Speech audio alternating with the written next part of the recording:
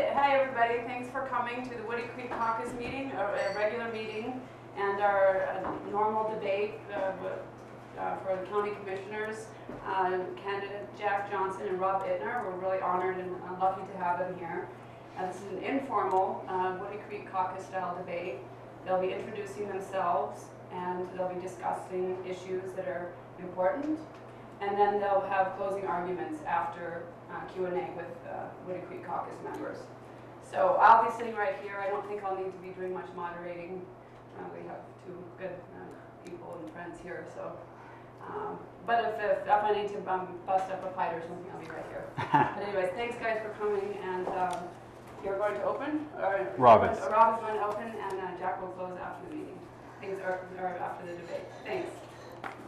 Hello, everybody. Thanks for having me here.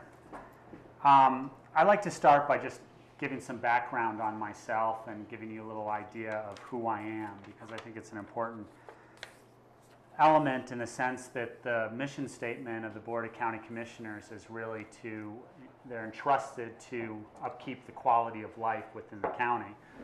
So having an understanding of what my quality of life is kind of an important element so that you can judge some of those things. I've been in Aspen for 12 years. I'm a business owner. I own Rustique Bistro. We celebrated our 10th anniversary last night, so pretty proud of our 10th anniversary. I have a degree in accounting and business. I employ over 25 people at my restaurant, most of which have been there for 5+ years. I'm a founding member of the Aspen Young Professionals Association, which is an organization that's 300 strong now, and it was really put together to create networking, business development, social awareness among the young professionals within the Roaring Fork Valley. I was a past president of the Colorado Restaurant Association, which did marketing and lobbying on a statewide level through a Board of Governors office. I'm a member of the Aspen Chamber Resort Association's Marketing Committee, Advisory Board.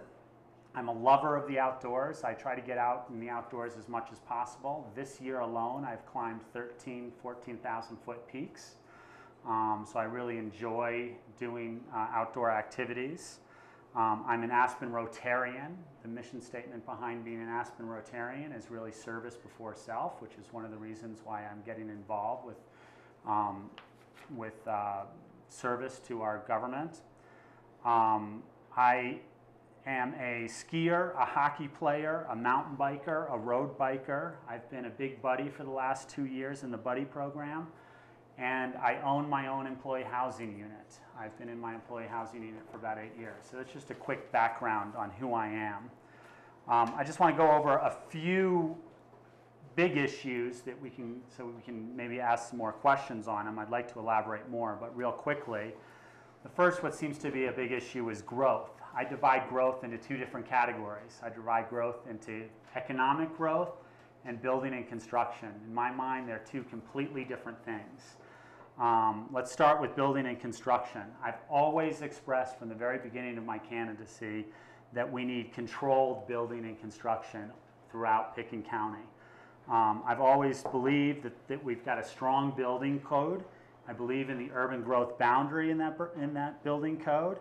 I believe that unchecked growth and development will have us lose our character here within Pitkin County. These have always been my talking points from the very beginning of my campaign.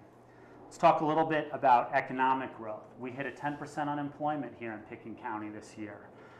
There were 1,700 less jobs at the beginning of this year as there were a year ago in Pitkin County. The average employee in this county made $50 less per week than they did a year ago. These were all quotes from an Aspen Daily News. It was an Aspen Times article.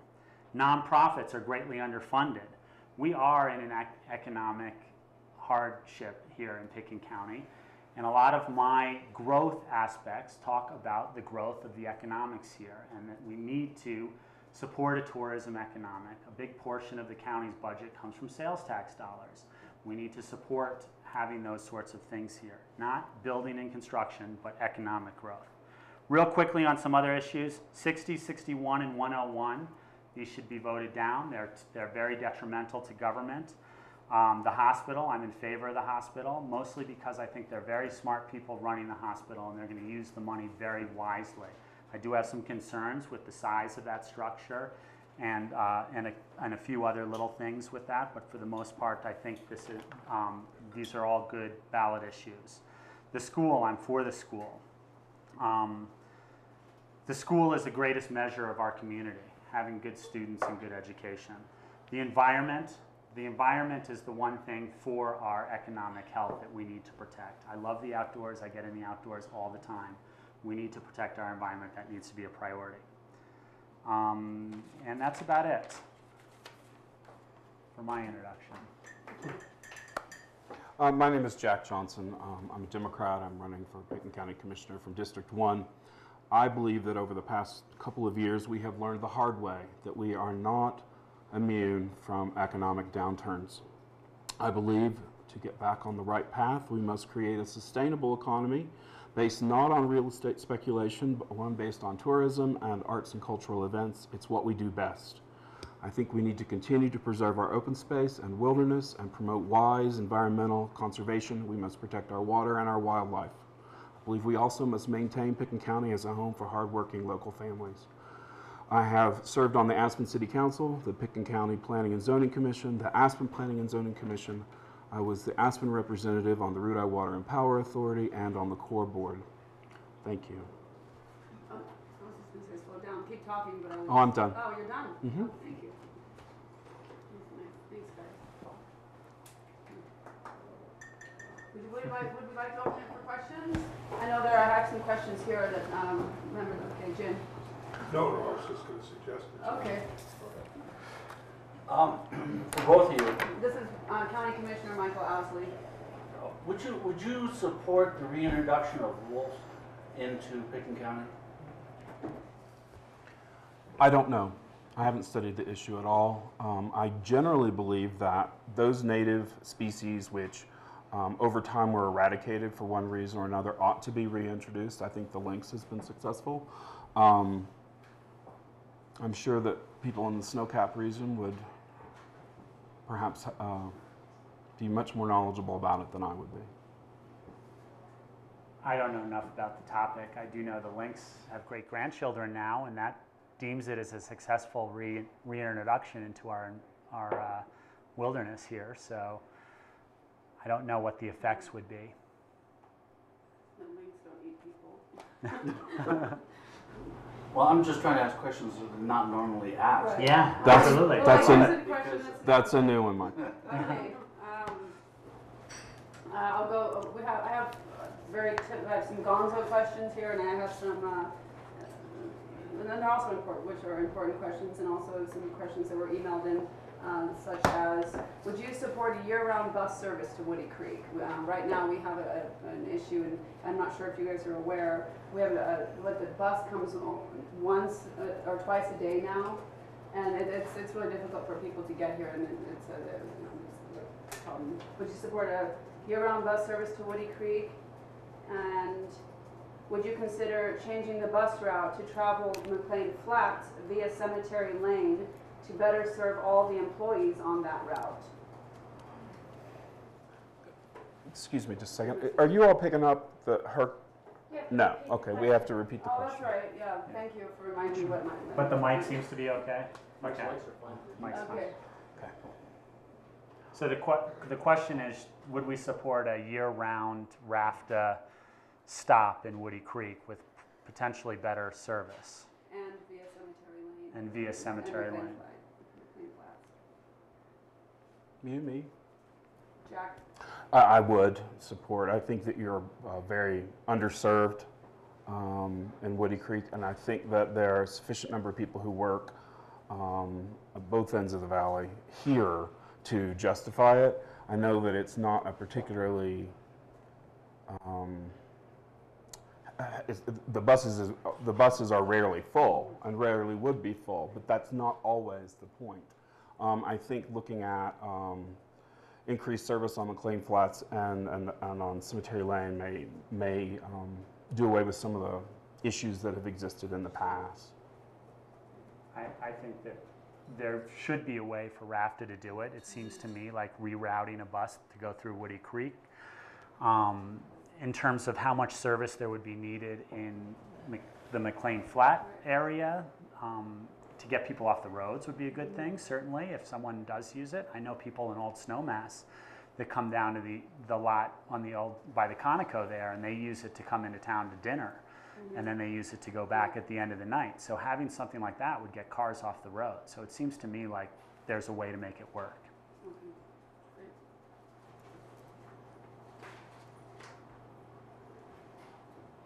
Hi, I'm Heather Rydell from Laredo.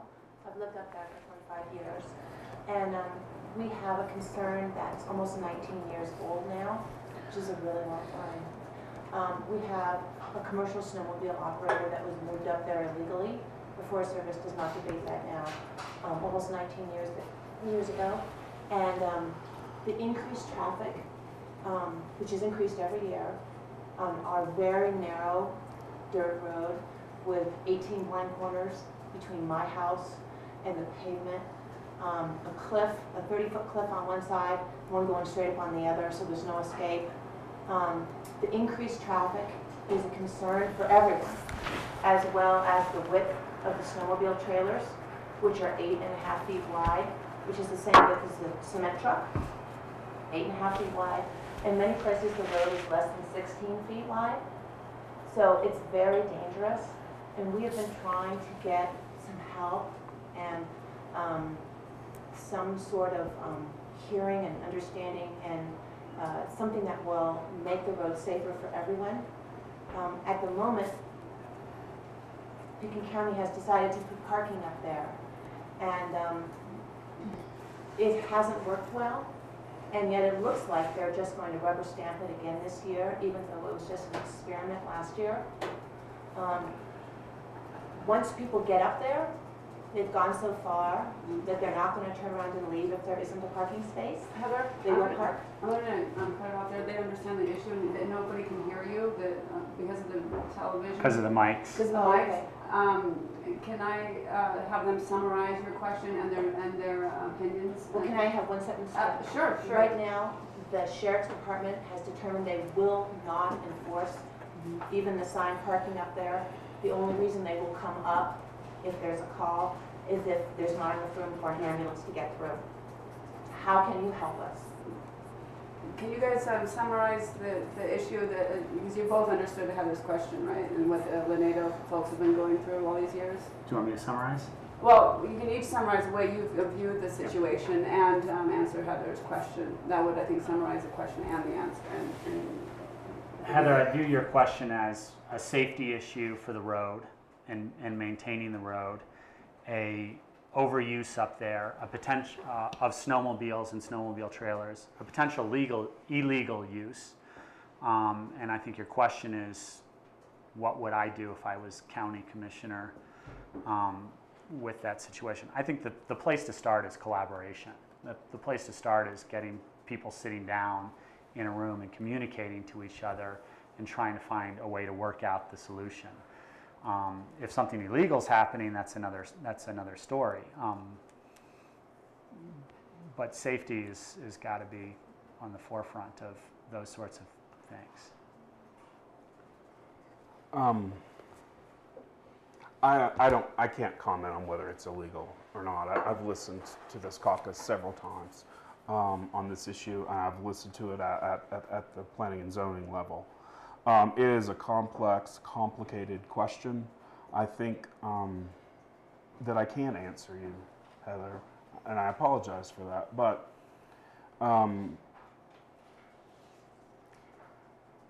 I do think laws should be enforced, and if there couldn't have been some way of making sure that you all up there were going to be able to have your concerns addressed, then I don't know that signing it the way it was signed was particularly helpful. But as to a long-term answer or solution, I don't have one. I don't know that there is one, frankly. I will say that the mediation process that you all went to, from everything I've heard, was stacked against the citizen and in favor of user groups, and I don't think that that's a particularly helpful way to go about addressing problems. But I also don't think this is over.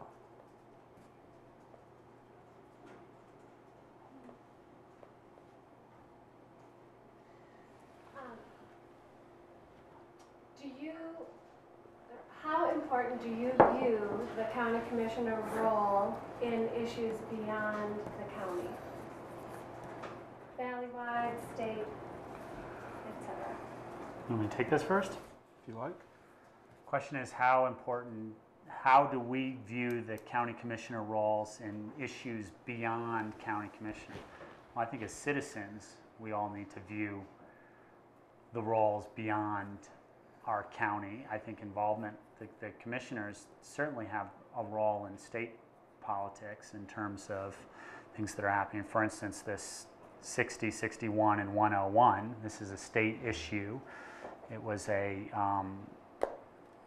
ballot initiative that someone put on to stranglehold government in a lot of ways, and certainly as a county commissioner, I think every county commissioner has publicly spoken out about this, and I think you should be speaking out about things that you think are going to affect the people here. So absolutely they should take a role in those things.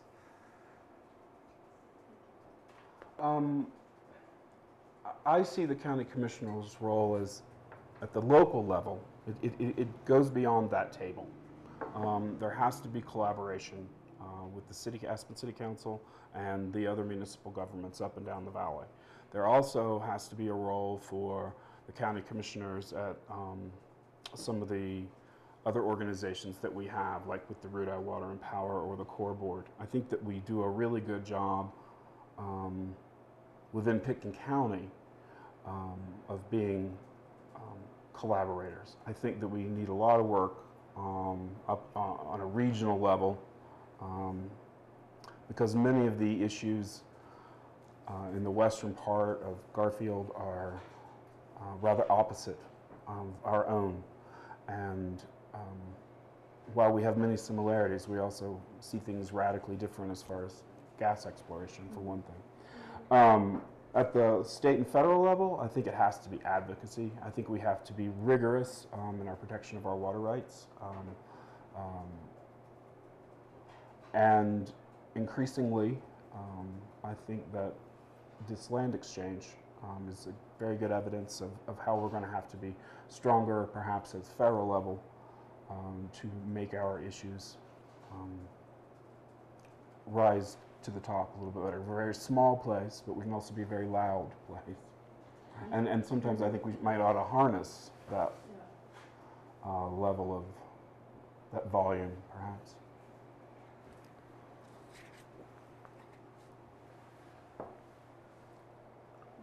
March Henley.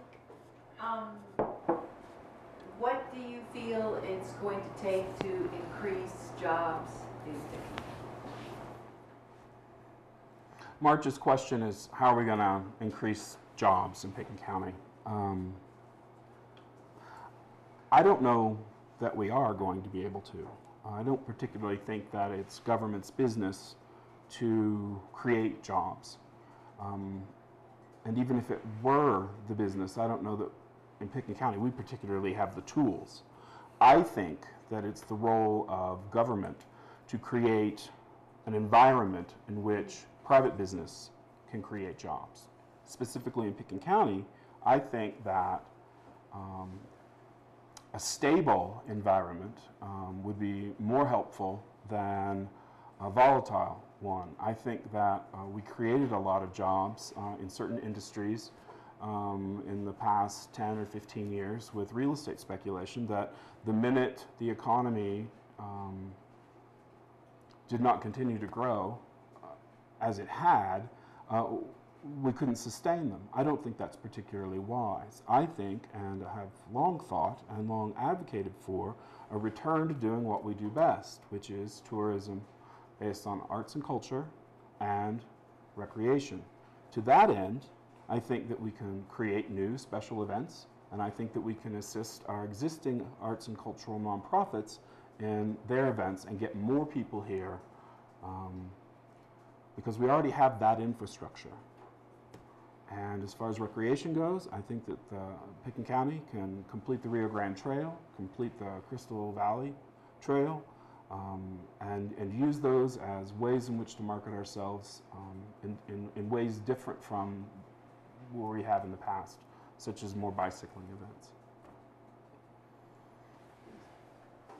There's no question that we've got a very diverse county here. We've got Aspen, kind of an urban area. We've got rural agriculture areas. We've got Redstone, which is kind of a mix of tourism with some rural agricultural areas. There's also no question that tourism is the bulk of our jobs as a whole within Pitkin County. Being directly in the tourism industry as a restaurant owner, knowing the ups and downs of being a business owner, gives me a unique advantage in terms of understanding how the tourism economy works. And I think there are things that we can do to stimulate the tourism economy. There's one thing that I'm kind of bouncing around among some people, which would be a property tax rebate to leaseholders that pay triple net leases that maintain certain payrolls throughout the year. So if you rent a place, the landlord wouldn't get their property tax back, but the business would get the property tax back as a credit, as a rebate to go towards creating jobs. I know as a restaurant industry that I've laid people off in the last couple of years. There are less people working in my restaurant today than there were several years ago. When someone makes more money, they spend money, that creates jobs. That's how the economy works. Employee housing, having employee housing fit the market and the need for the county is an important aspect as well. I've asked numerous people that live in employee housing if, and this is the lower end employee housing, if they could have 200 less square feet in their unit and one less window and save $200 a month, would they take that? 99% of the people I asked, or I should say, I didn't poll it that much, a large percentage of the people I asked said they would.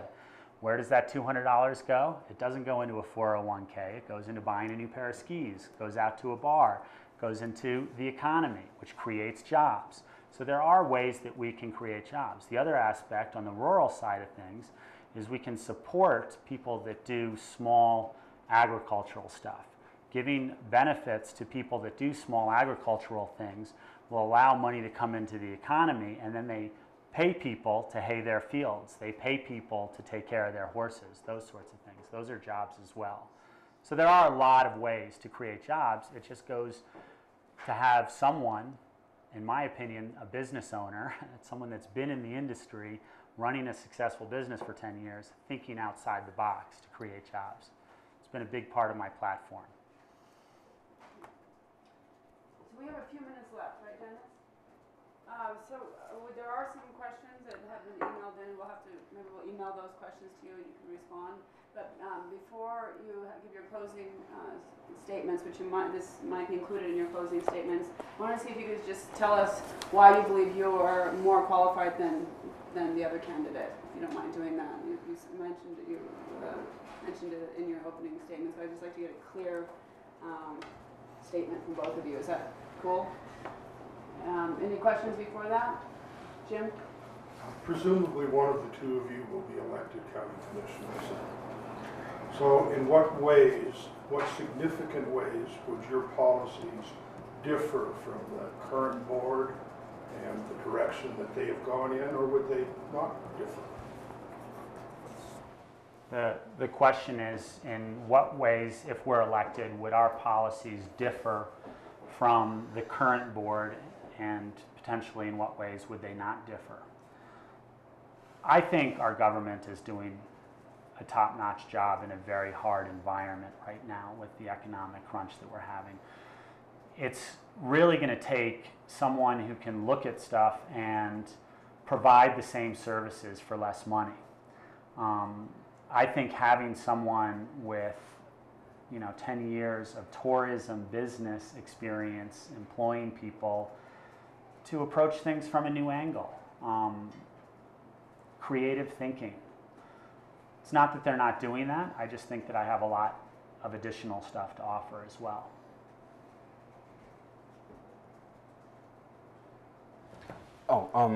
I'm not running against the existing Board of County Commissioners. I think they're a great group of people. I think they've done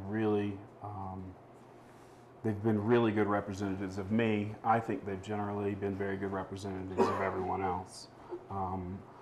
I would feel honored to have been able to provide the service that those people have been able to provide over the years, because every one of them has been at this for a really long time, and they understand how complicated and complex the issues are, and how difficult it is to represent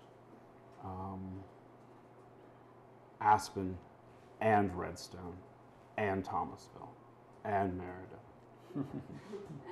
and Woody Creek. So maybe especially Woody Creek. You're here. Yeah, right here. Thank you. Yeah. So, you up for closing? Yeah. Rob is going to go first for your closing statement, and Jack is going to finish. I think it's the opposite. Jack. Yeah, I'm ready to go first. Okay. And answering the question, what sets us apart? Right. Yes. I understand today what the issues are. I've done the hard work to understand what the issues are at this end of the county and at the outer edges of the county.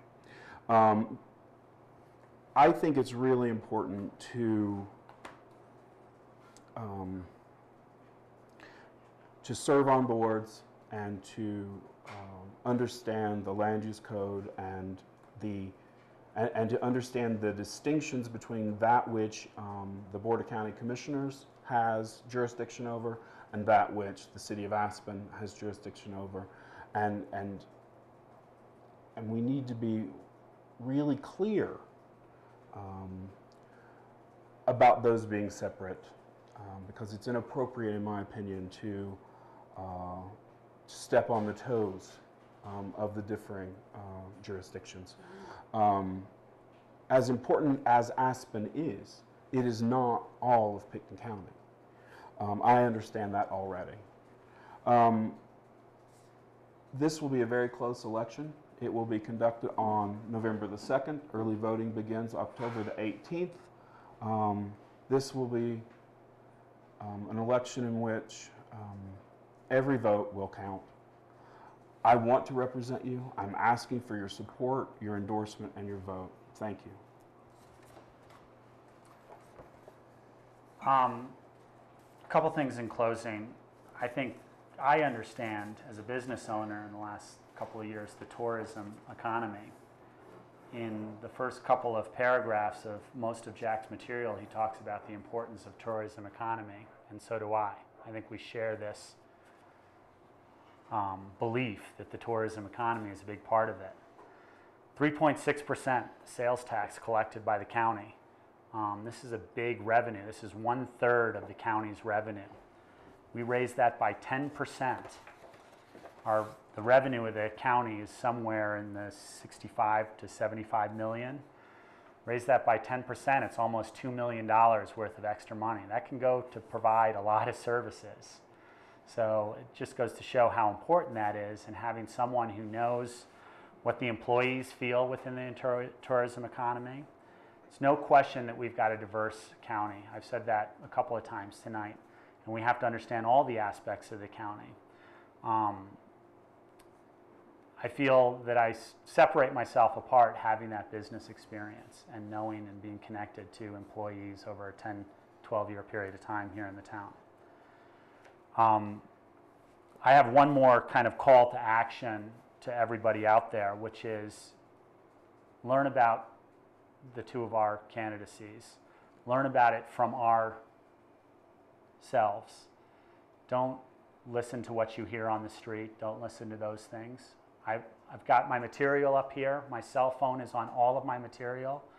My email address is on all of my material. Please contact me. I'm happy to answer any question. I'll probably ask a few too. But that's part of the process. I'm happy to answer those questions for you. And I hope to serve you as the next county commissioner here for District 1. I ask you for your vote. Thank you. Thank you to both of you for coming. We really appreciate it.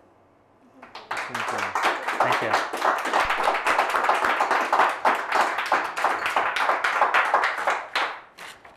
Thank you. Well, you're welcome. Thank you. Thanks, guys. Thank you so much. Good. Yes.